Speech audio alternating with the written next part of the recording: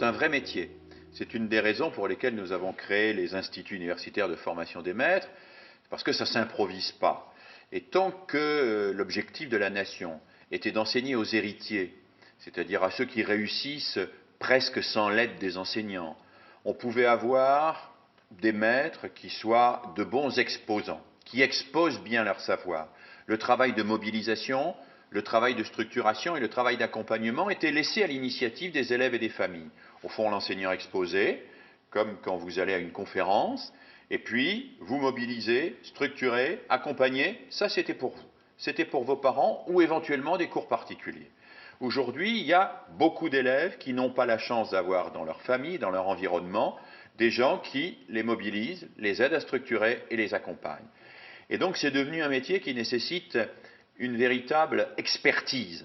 Et cette expertise, elle nécessite une véritable formation. Alors, cette formation, on a fait ce qu'on a pu, on ne l'a peut-être pas réussi complètement.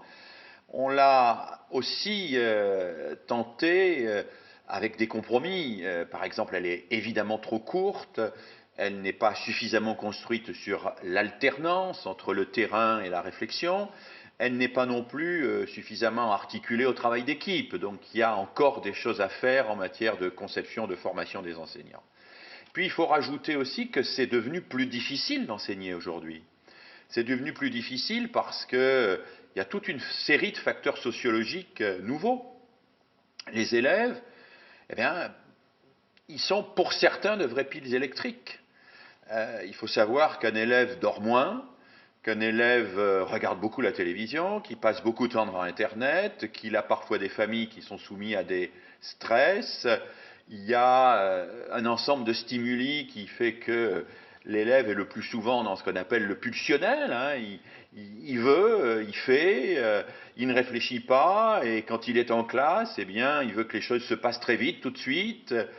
Alors l'école fonctionnait avant sur des rituels anciens, traditionnels, qui se sont effondrés, qui étaient obsolètes. Elle n'a pas su forcément créer des rituels nouveaux, adaptés. On est devant des lycées et des collèges où les élèves sont trop nombreux, ce sont des espèces de coagulation de gamins indifférenciés qui se baladent dans des couloirs au rythme de sonneries stridentes.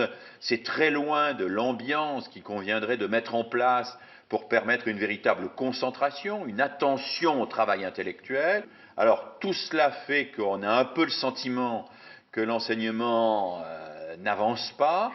Moi, je crois qu'il avance, simplement il avance moins vite que les besoins, les exigences de la société et la mutation des enfants qui est absolument considérable aujourd'hui.